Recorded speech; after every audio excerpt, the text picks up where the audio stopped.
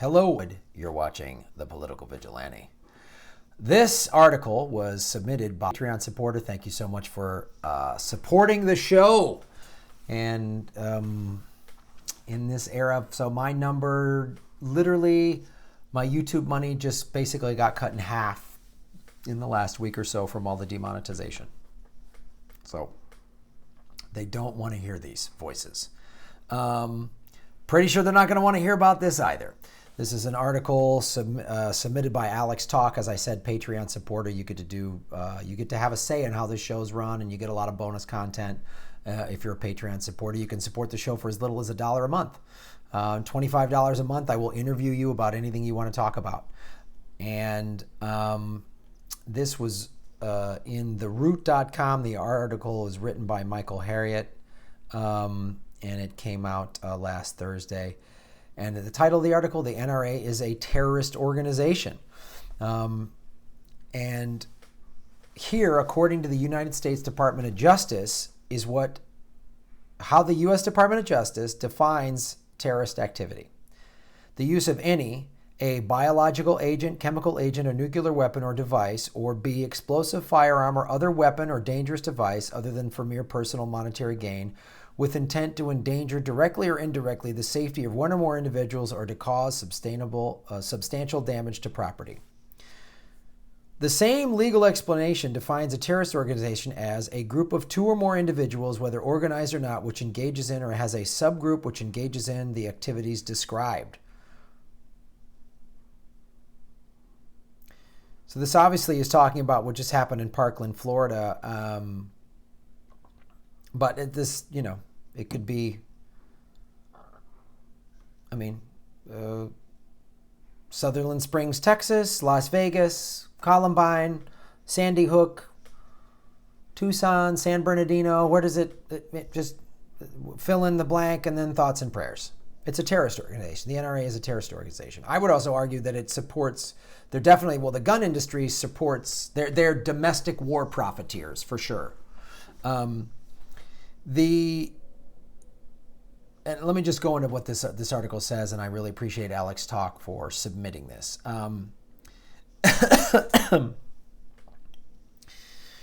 The largest tragedy is directly related to our government's unwillingness to create and enforce common sense gun laws, fueled by a criminal cabal that bribes lawmakers with barrels of cash and knowingly promotes and participates in a plot that results in the deaths of 7 children a day. 7 children a day die in America as a result of guns.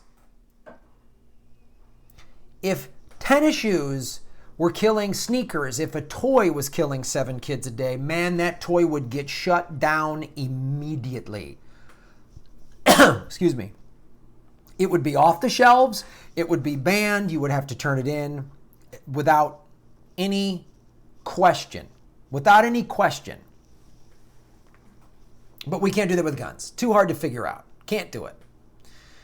The advocates for the NRA will tell you that it's only intent to protect our Second Amendment right to own firearms. Whether or not you agree with the conservative translation of the Second Amendment, there is no doubt that the NRA's belief that every American has an unassailable right to own a gun has morphed into a seemingly semi-religious philosophy. Here's the thing too.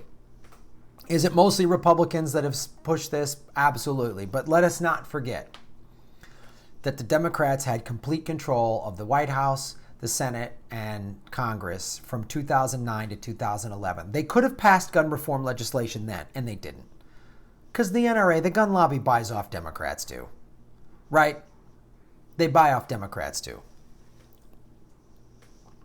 So it's not just a handful of hippies, right? But this is what the NRA's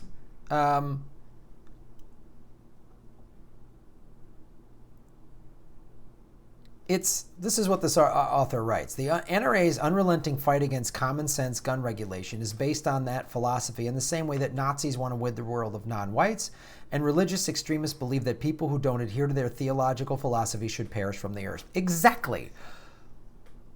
The big gun people, they act just as crazy as religious zealots. As terrorists, just as crazy.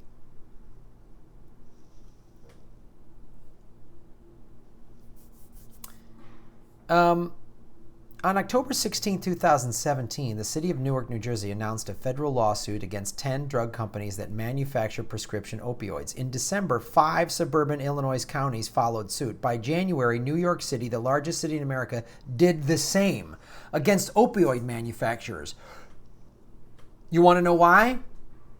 Because there's a drug epidemic. Well, if you just handle the prescription, then you shouldn't be... drugs don't kill people. People that abuse drugs kill people. OxyContin is not designed to kill. It's designed to be a pain reliever. A gun is designed to kill. It has one purpose. It's designed to kill. So, how then can you come to that logical conclusion? If you just take the prescribed amount of OxyContin, you're fine. It's highly addictive. The body becomes very addicted to it. And then people are addicted to it, then they're committing crimes, they're lying, whatever, they're writing false prescriptions, they're finding a corrupt physician or pharmacist to give them this, or they're buying it and then people see the need and then they sell it, right? So that's how we're addressing the opioid epidemic. But we can't do this with the gun epidemic? I'd like to see some cities file these lawsuits against gun companies.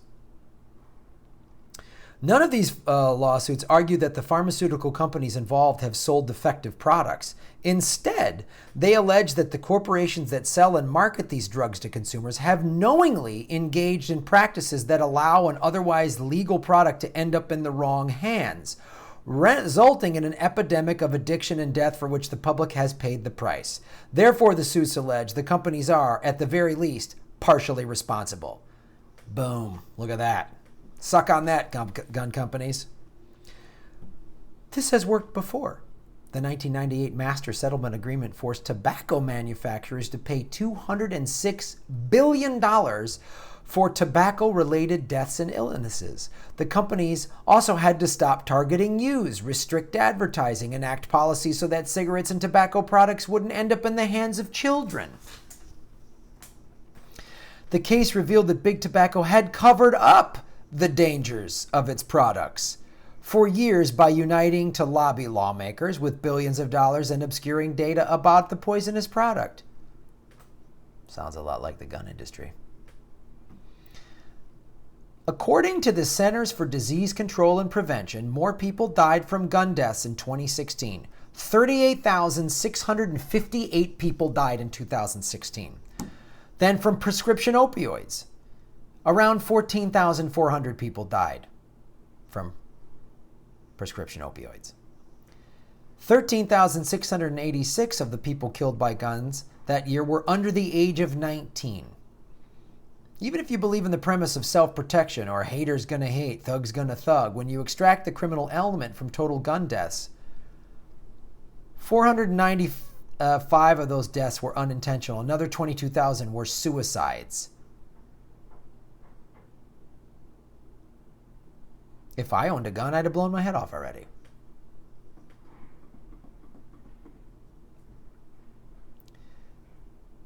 The grand total of U.S. deaths from terrorism and extreme activities over the last decade is 71. From 2008 till now, 71 deaths. U.S. deaths from terrorism. In fact, if you added up the number of every American casualty of terrorism since 1865, the number of gun deaths in 2016 alone would dwarf it. There is no doubt that guns are a worse problem than terrorism in America. The ease of acquiring firearms causes thousands of needless deaths in the U.S. It is a fact that states with large capacity magazine bans have fewer firearm-related deaths. In our examination of mass shooting deaths, the root found that 253 people were killed by semi-automatic assault-style weapons since 1966. Even though polls show that 90% of Americans have no problem with mandated background checks as a prerequisite for purchasing a gun, the NRA opposes it. According to Gallup, 8 in 10 Americans favor legislation banning assault-style weapons, but the NRA fights against it. 82% of those polled favor outlawing attachments that allow guns to fire rapidly, but the NRA lobbies against it. In the same way that most Muslims don't support Al-Qaeda or the Islamic State group, the majority of white people don't support the neo-Nazi movement or the Ku Klux Klan. Most people who own firearms don't support the NRA. The NRA is not some loose confederation of well-intentioned gun owners, even though the organization claims to have 5 million members. That seemingly large number accounts for only 1.5% of the U.S. population and less than 7% of gun owners. That means 98.8% of the country and 93% of the people who legally own firearms want nothing to do with the NRA.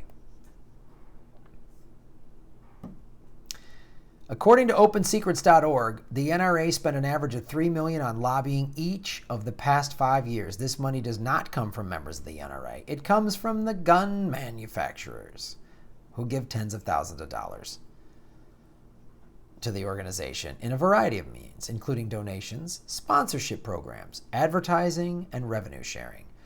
Taurus automatically purchases an NRA membership for every customer who buys one of its guns. Strum Ruger gives $1 from every purchase to the NRA.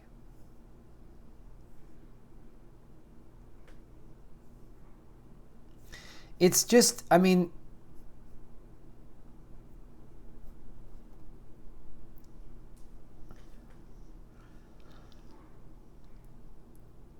so this author ends the article with "Guns don't kill people, the NRA does." The NRA is scarier than all these crazy terrorist organizations. They keep letting this happen. Thoughts and prayers mean nothing. I'm glad these high school kids that were just in Florida are speaking out on social media. I was scared, I was shot at, this is a gun issue, when are we going to do something about this? Because these kids, you are more vulnerable. Any American, any of us could die from gun death. Anyone. Walk out your house, someone could just bam, you could be at the mall, you could be on stage telling jokes, you could do anything and somebody could just get a gun, shoot you up. It's that easy to get a gun and start shooting people in this country. It's kind of terrifying. And be as critical as the Republican Party as you want, but don't think the Democrats just are always, oh, the Republicans blocked them. They've had total control and they did nothing. So all the NRA has to do is buy up just enough Democrats. Now they don't need any because the Democrats have no control. They don't need any Democrats, but they'll keep buying some of them up. So don't just blame the Republican Party. Once again, the Democrats could have done something and didn't. Once again, the Democrats have allowed this crazy Republican psychopath party to do whatever it wants because the Democrats aren't much better. They're not that much better. So the NRA, you're a terrorist organization and you help murder Americans. Thanks for watching the show.